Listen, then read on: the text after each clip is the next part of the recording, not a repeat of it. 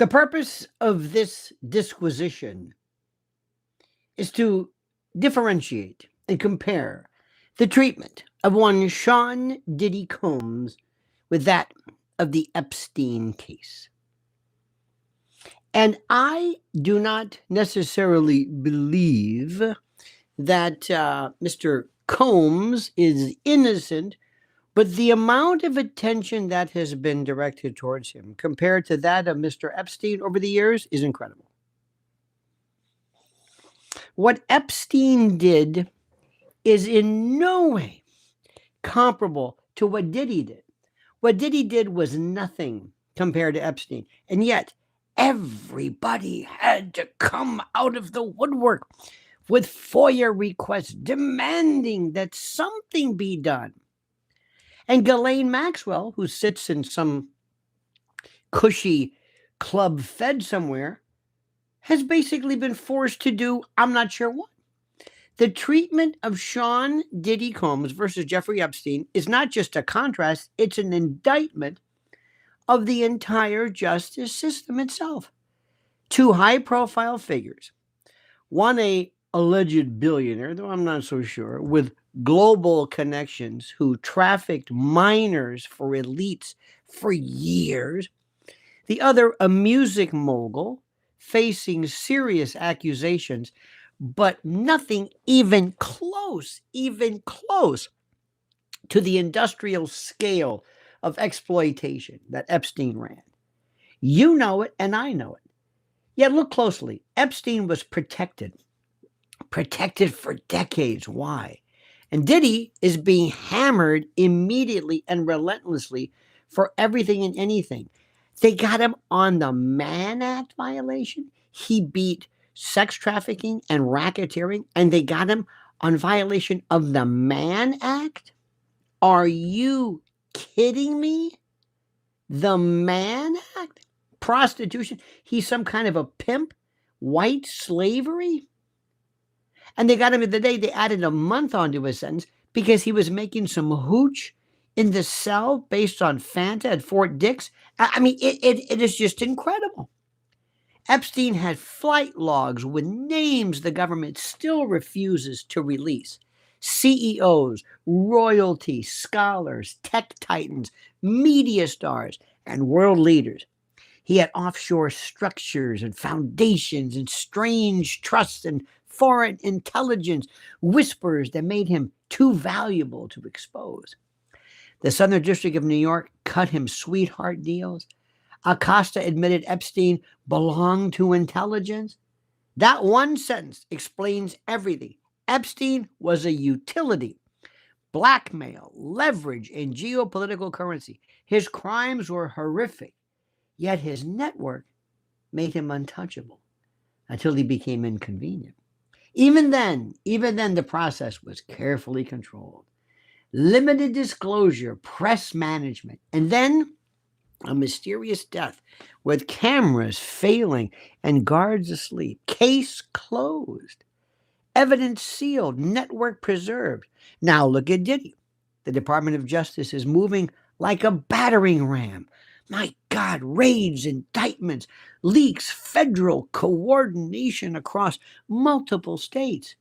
No slow walk, no take it easy, no hesitation. He's being treated not as a utility, but as a target. Why? Because Diddy has power, fame, and money, but doesn't have value to the system. He can't compromise senators or prime ministers. He can't sway global policy. He can't threaten bankers. So he's fair game. His downfall costs nothing. Simple.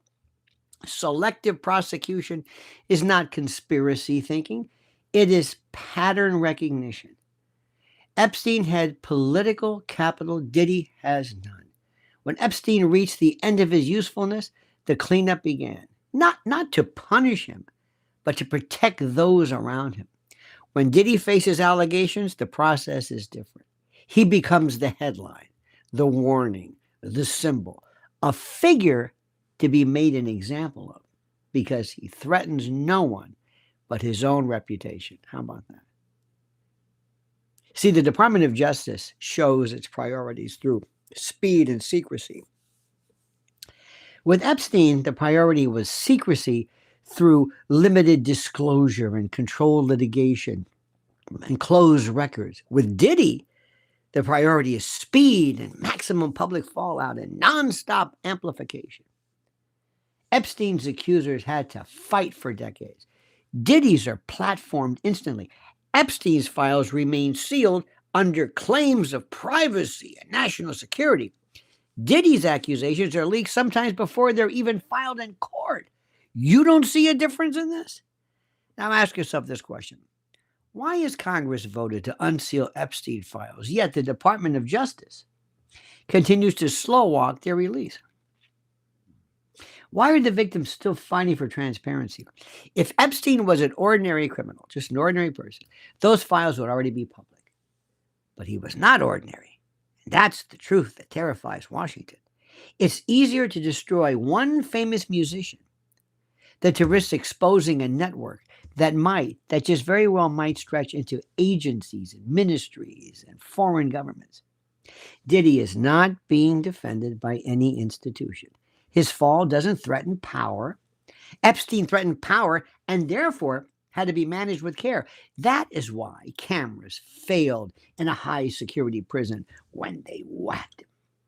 That's why flight logs are redacted. That's why prosecutors avoid naming co-conspirators. The system protects its own. Diddy is not one of them. Epstein was. The justice system is supposed to treat people equally under the law, but its behavior reveals its values. When power is at stake, the rules change. See, Epstein had attorneys with deep political ties. His cases were handled by judges with connections. His victims were pressured into silence. His plea deal was buried, all designed to buy time and keep names off the record. Diddy faces none of that buffering, none of that. He's not being insulated. He's being exposed. The DOJ treats him like a trophy, not a threat. And this is where America must confront the real issue. Justice is not blind. It's selective.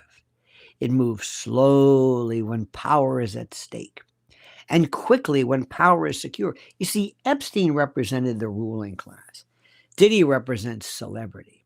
That is why their cases move differently. Watch how the media follow suit. Epstein coverage was partial, cautious, and strategic, and Diddy coverage is relentless and graphic and sensational. Epstein died before trial. Diddy is being buried before a verdict. And here's the thing. Epstein had defenders in the shadows. Diddy has no shield. So here's the uncomfortable truth. And listen very carefully. The government doesn't fear Diddy. It fears what Epstein could reveal.